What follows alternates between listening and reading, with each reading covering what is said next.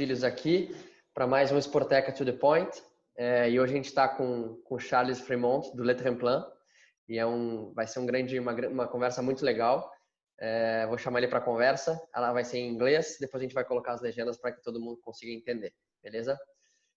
So, welcome Charles, thank you very much for being here with us, and it's a pleasure to have you here. Thank you. O prazer é meu. Eu falo português pouquinho, but it's better to do the interview in English. For sure. So the first question we have, actually, we want to explain a little bit more for us. What is the Tremplin? What do you offer for the startups, and what is the purpose of the entity? Yeah. Well, first of all, thank you so much for having me, and it's a pleasure to exchange with you, JP, and to give a little more visibility about our program in Brazil, which is a very strong and dynamic country in sports, and I know there are great initiatives that are being built at the moment. So thank you for that. So to answer your question, Le Tremplin is so we call ourselves an innovation platform. Specialized in sports. So the easy answer would be that we're just a startup incubator, but we're more than that.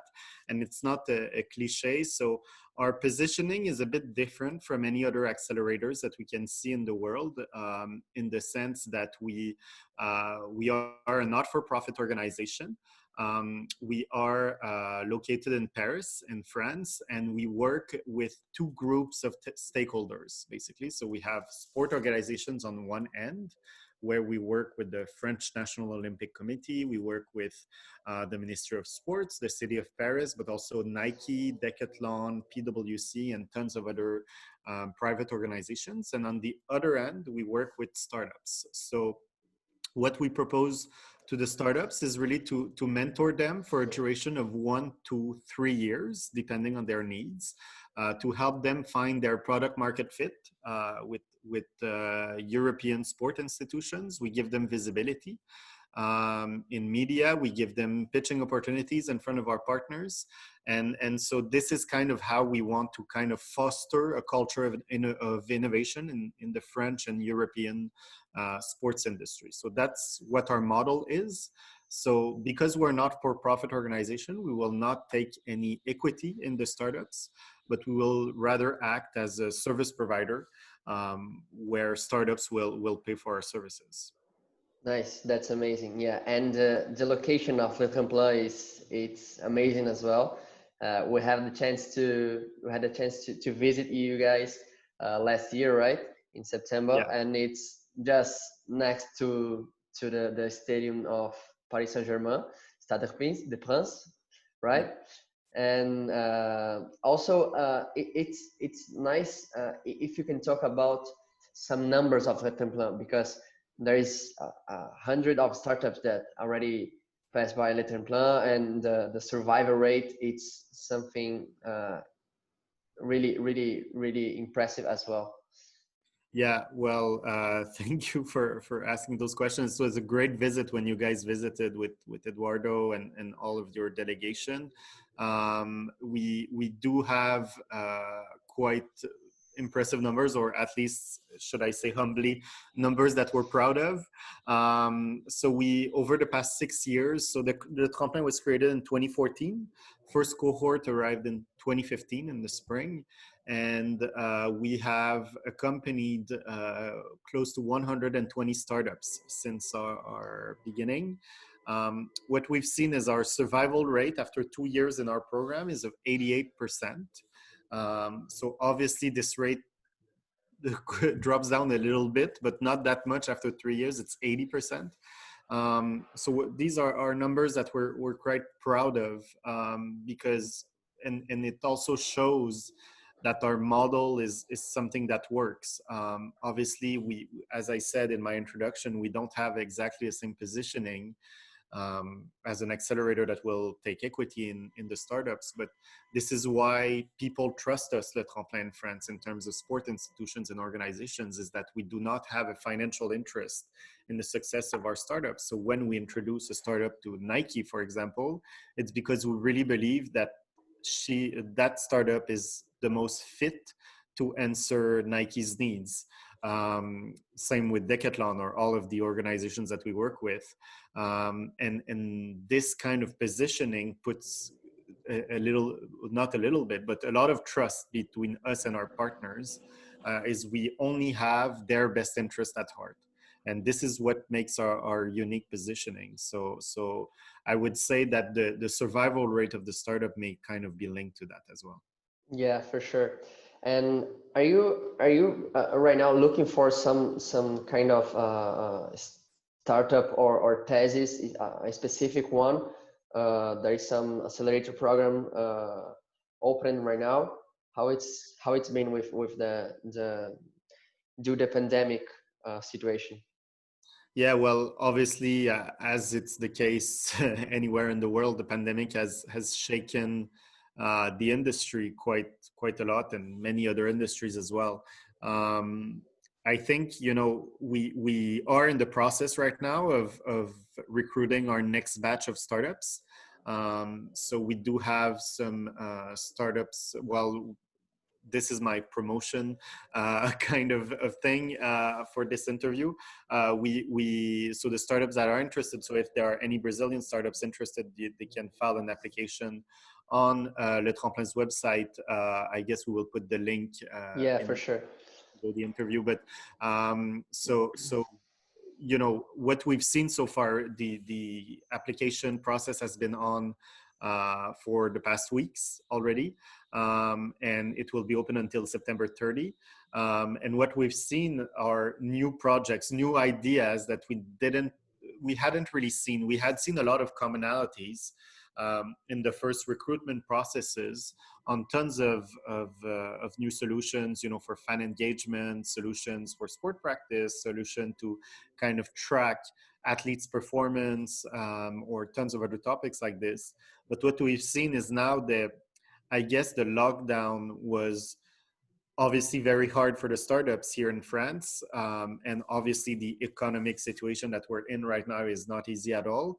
But we've also seen some new ideas because people have had time to reflect on new ideas and what are the main problematics of sport institutions and how can startups address those. So now we have a lot of applications right now, for example, on spheres that are kind of sport related, but mostly wellness as well, because wellness is definitely a topic that everyone has on its mind at the moment. People in this era realize that health is more important than it's always been important, but we realize now more the importance of the thing. So wellness, corporate wellness,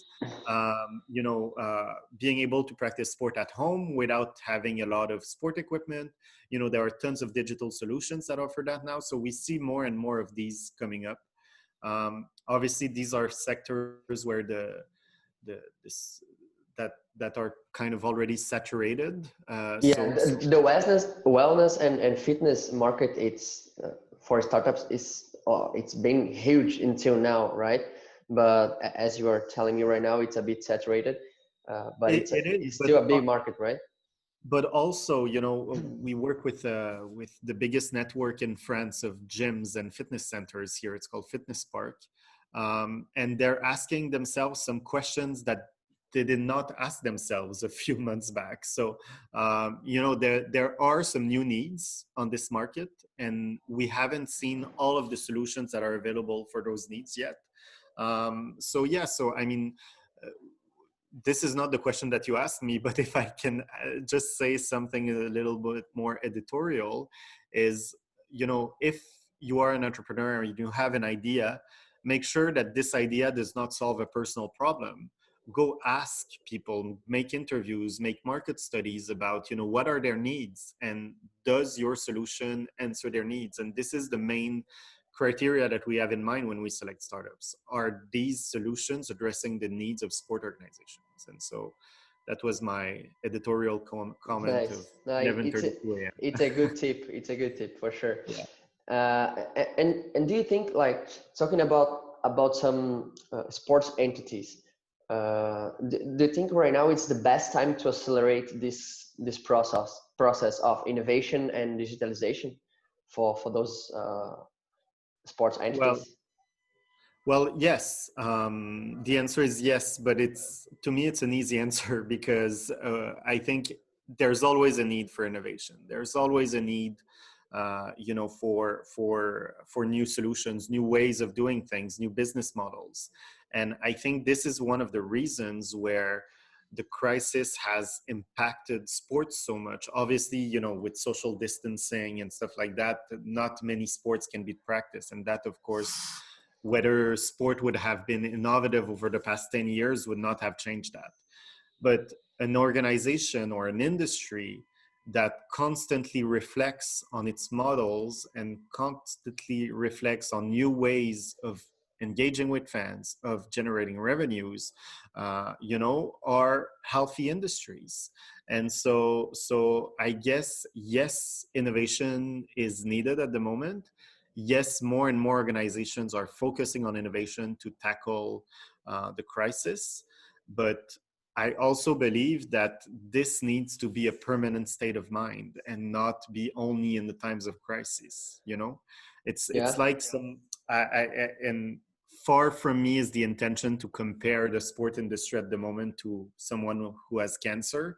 But someone who has cancer and goes see the doctor, when they are diagnosed, the treatment will be much different than if it's someone who goes on a regular basis to see its doctor and can actually take some smaller steps to being a healthy person. And I think that's what innovation is. Yeah, and I think this is really happening in Brazil right now. Sports entities are now almost obligated to think as a startup, and it's been very difficult to them.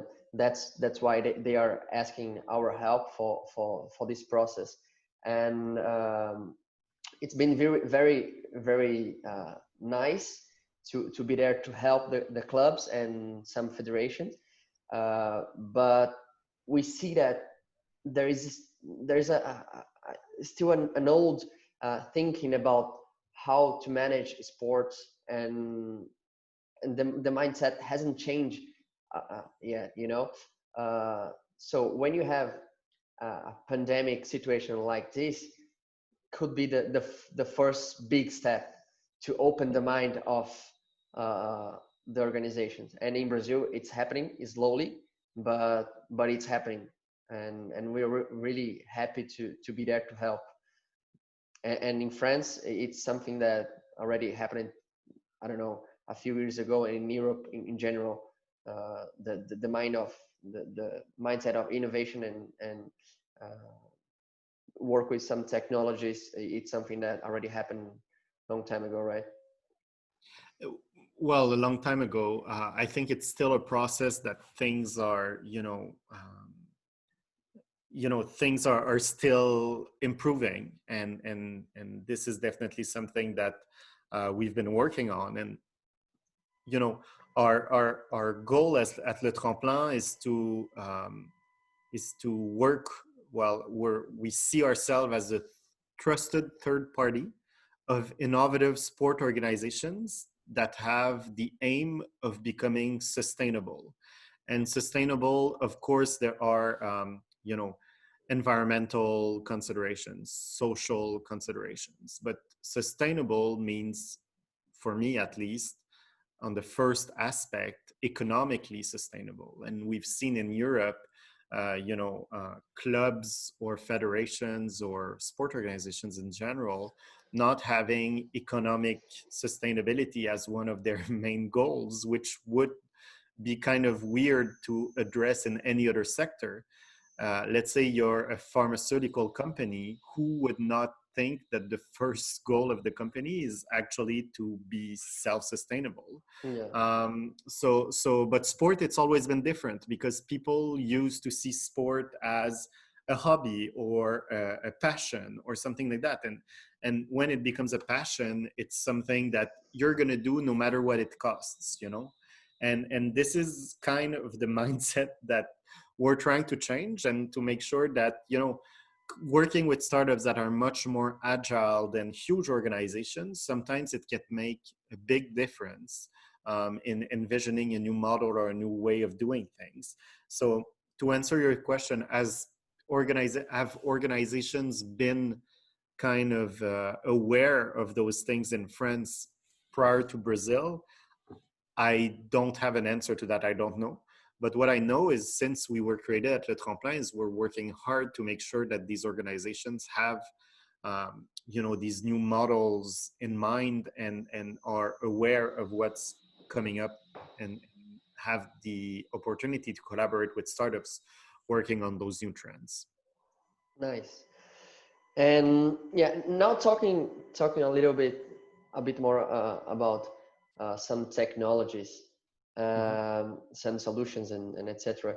What type of technologies are you seeing that are developing more? You already told me about some some technologies in order to work out at home with less equipment and etc. But besides that, what else are you seeing that are developing more? It's something related to I don't know, artificial intelligence, something like this. And if you can relate this answer with what are the sports organization looking for right now? Yeah, I think it's a good question, and I'm going to disappoint you there, JP, but I'm not going to talk about technologies because technology, I'm a lawyer originally. Okay. It just happens that I work in tech. But I don't have any competences on technologies and stuff like that. So I'm not going to talk about technologies, and this is what we aim for at Le Tremplin as well. It's not to talk about technologies, but how are these technologies being used to change the way things are done. And I think, of course, we could talk about artificial intelligence. We could talk about blockchain. We could talk about, some new codes that are being developed right now. But in the end of the day, it's just a way to do, right? Exactly. Innovation is not about technology, right? It's just exactly. So maybe I didn't disappoint you because you got my point. But yeah, so I guess the purpose is really to understand how can these technologies be used to create value for sport organizations and the sports practitioner and fans in general. So I guess what we see right now is the individualization of the experience of any person related to sport. So for example, you're a fan, you've been a fan of, I don't want to create any diplomacy conflicts right now, so I'm not going to mention any club in Brazil. But let's say you're a fan of PSG. There's a lot of Brazilian players with PSG, so that's going to be okay. You're a fan of PSG. You've been buying your jersey for so long. You have your season ticket at the stadium. So at some point now, digital offers some new opportunities to kind of make direct contact between the club and the fan. So the individualization of my experience as a PSG fan is something that's very important right now, especially for the millennials and the new generation of fans. I'm going to give you an example of a startup that we have here at Le Tremplin. It's an American startup actually. So showing that we do work with international startup as well. And that startup is based in LA. It's called Creative Bot. And what they do is they started from the use case that direct communication between a club and its fans usually only goes through newsletters by email. I know I receive a huge amount of newsletters per week. I read maybe 10% of them. And this is not something that's very cool right now, a newsletter. Of course, there's social media and stuff, but social media is mostly, it touches a broader public, as one-to-one direct communication goes via newsletters. So what they did at Creative Bot is they developed a bot, a chat bot that can be used on SMS, WhatsApp, Messenger. And this bot is being used actually to have a real conversation between a club and the fan. So the fan really has the impression that he's talking either directly to the club or the players. And that allows the club to receive a lot of data on their fans, individualized data. And then they are able to kind of push some specific promotions, to buy a jersey, to buy a ticket for a game, to get a specific discount, on merchandising once you're at the stadium. They did a use case creative bot with the LA Rams in the NFL, where the fans in the stadiums could exchange with the bot during the game to send their recommendation of songs that they wanted the DJ to play in the stadium. So this is a way that the fan feels really valued in his own or her own individuality. And that really helps the club to kind of convert a fan to a consumer in the end, and so generating more revenues. Nice. So And can you embed technologies enable individualization of the experience. Nice. And can you embed this technology, for example, in the club's website, club's application, club's I don't know, some point of touch point, like WhatsApp, something like this? Of course. Well, that's also the goal, is to kind of merge all these sources of data gathering and then create value for all of the communication channels of the club. So yes, that's actually the purpose of it. So this is one example that I gave, on fan experience, but it could go also in terms of, sports practice. You go on your daily footing and you want to, so I'm going to give you another example of a startup called Footbar here that we have at the Tremplin. They do these trackers for five-a-side football, and they can also be used on seven-a-side football.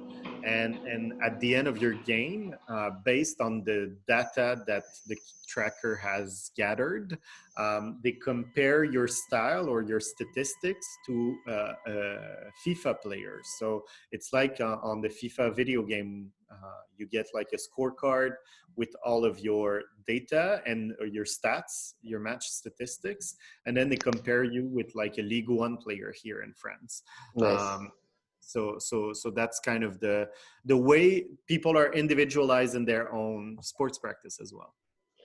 Nice. And the sports tech market and the vertical, I mean, it's still a bit new if we compare to others like such as fintech, health tech, and etc. I don't know if you agree with me, but I think it's as I see the growth of the sports tech vertical, and it definitely has been growing a lot in the recent years. And do you understand that this growth will continue to happen, or due to COVID, for example, will be some the vertical that will suffer more with the consequences or something like this? I agree. I don't necessarily agree that sports tech is necessarily newer than fintech or health tech or other sectors.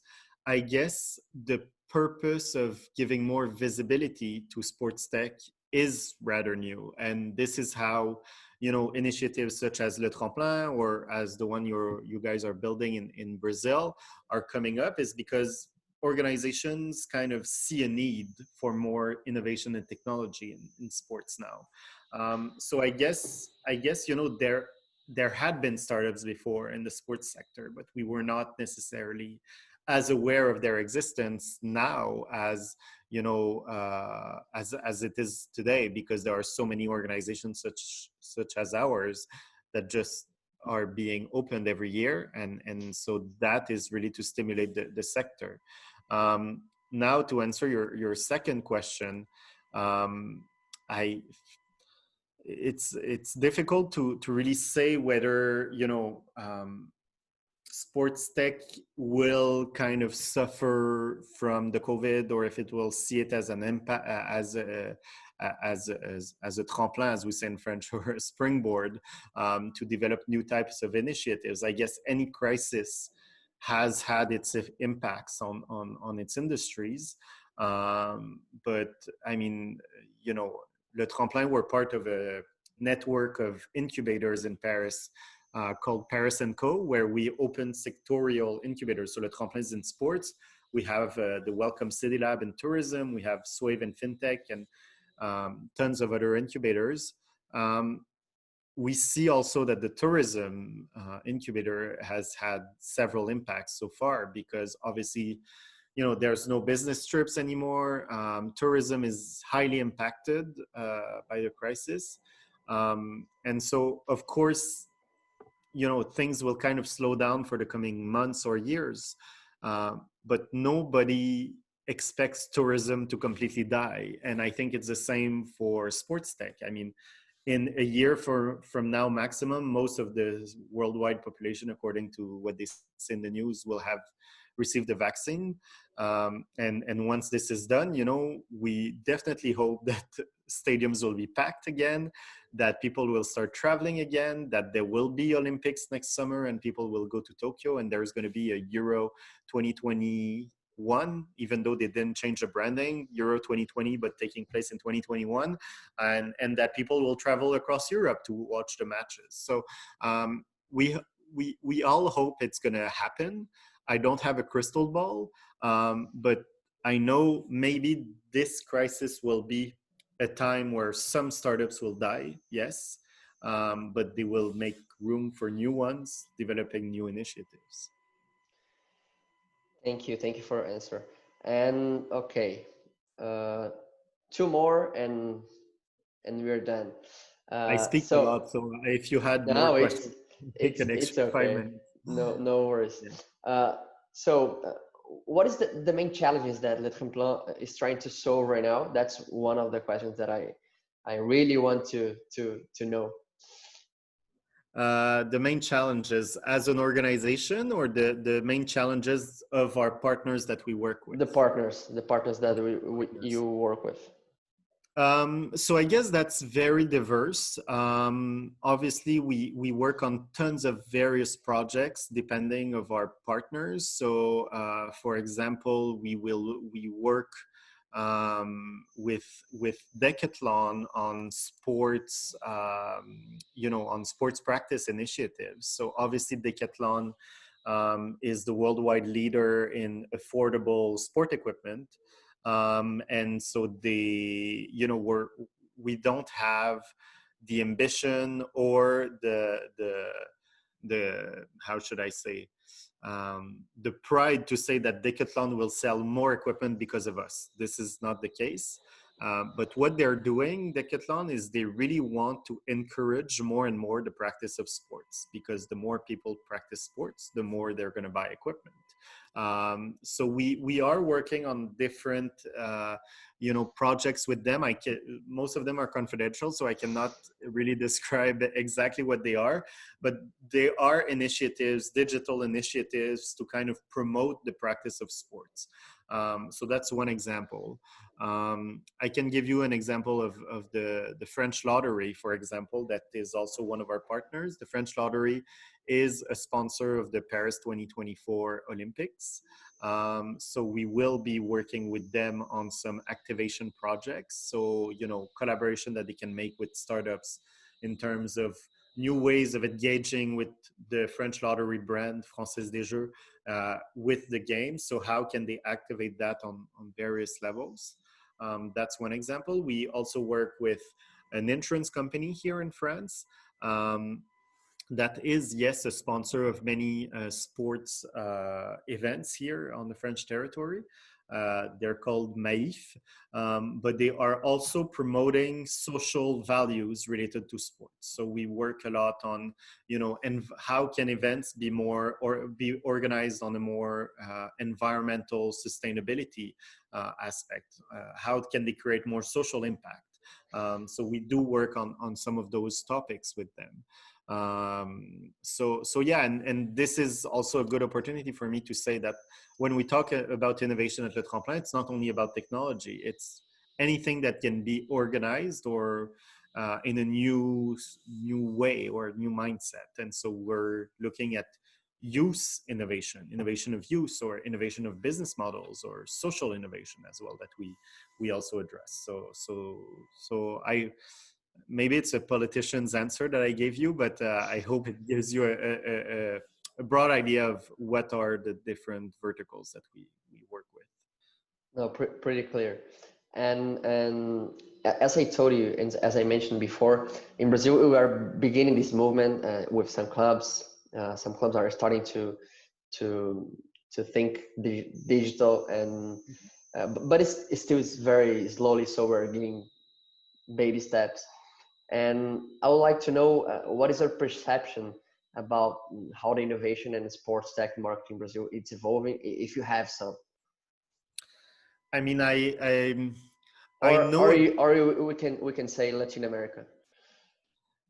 Well, what I know about Latin America is mostly Brazil, actually, because I did the FIFA Master 5 years ago, and we had a big group of very nice Brazilian people that that I'm still in touch with. So I'm kind of aware of what are the challenges. These people don't necessarily work on innovation matters, but we do exchange on the situation of sports, of football, and various sports in Brazil. What I see is something quite encouraging, because we always say that the first step in having more innovation coming into a country is having organizations realize they have a need of innovation. And this is something that I've heard from the various people that I'm in touch with. And this is why an initiative like Sportheca is being created, is because you do see this need and you want to be kind of the trusted third party, just as we are in France for those organizations. So I guess it's really what I see is something that is getting organized, which is already a big first step. And then Le Tremplin, we often see ourselves as a startup ourselves. If we look at the lean startup model, you need to observe what are the needs. You need to develop your solution, test it, and then get feedback, and then adapt your solution to the needs. And I guess that's what you guys are going to have to do. That's what Exactly. we've been doing over the past 5 or 6 years now. And we're constantly adapting our model here at Le Tremplin. And I think you guys are more in the first phase of observation and then building your prototype, if I may say so. And I see that as something very encouraging. So yeah, and definitely interested in following your development and then building some bridges over the Atlantic, but more of a moral bridge to create synergies between our two countries. For sure, definitely. And to finish our conversation, I would like to thank you very much for your time. I know it's been very, very busy times right now, many challenges to solve, but I really appreciate that.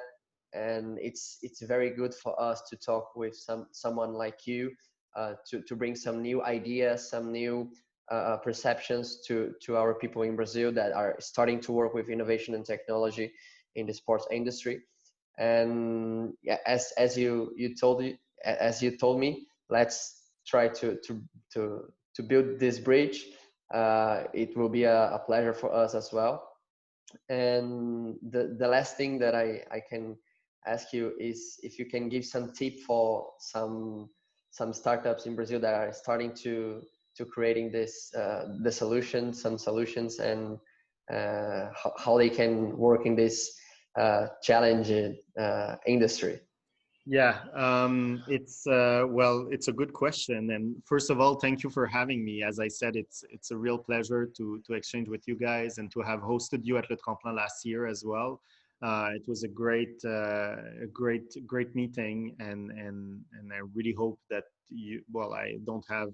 I don't need to have hope for you guys. I see that you guys are serious and have a big network also to kind of activate. But to answer your question, I think it's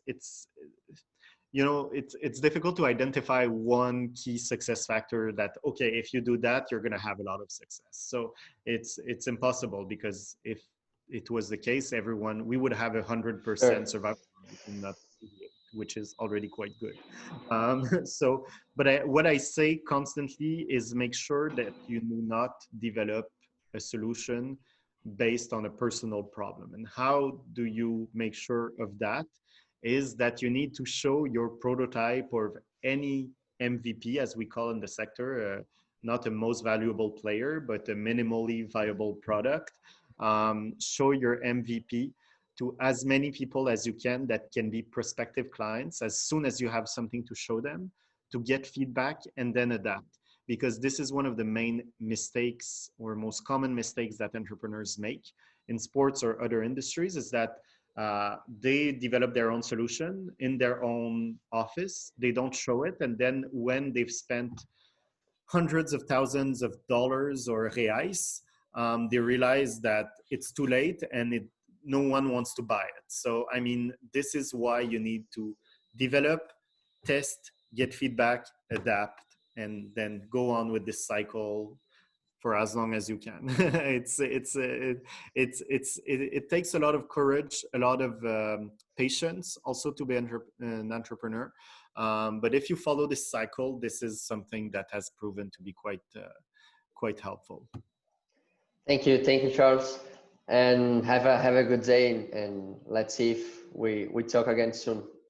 Definitely, and muito obrigado, JP. And don't forget also, for all Brazilian startups that would be interested in developing the French market, I have to say that for foreign startups, we're mostly looking for startups that have validated their own products or solution in their own market and that have the means to have a dedicated team here in France.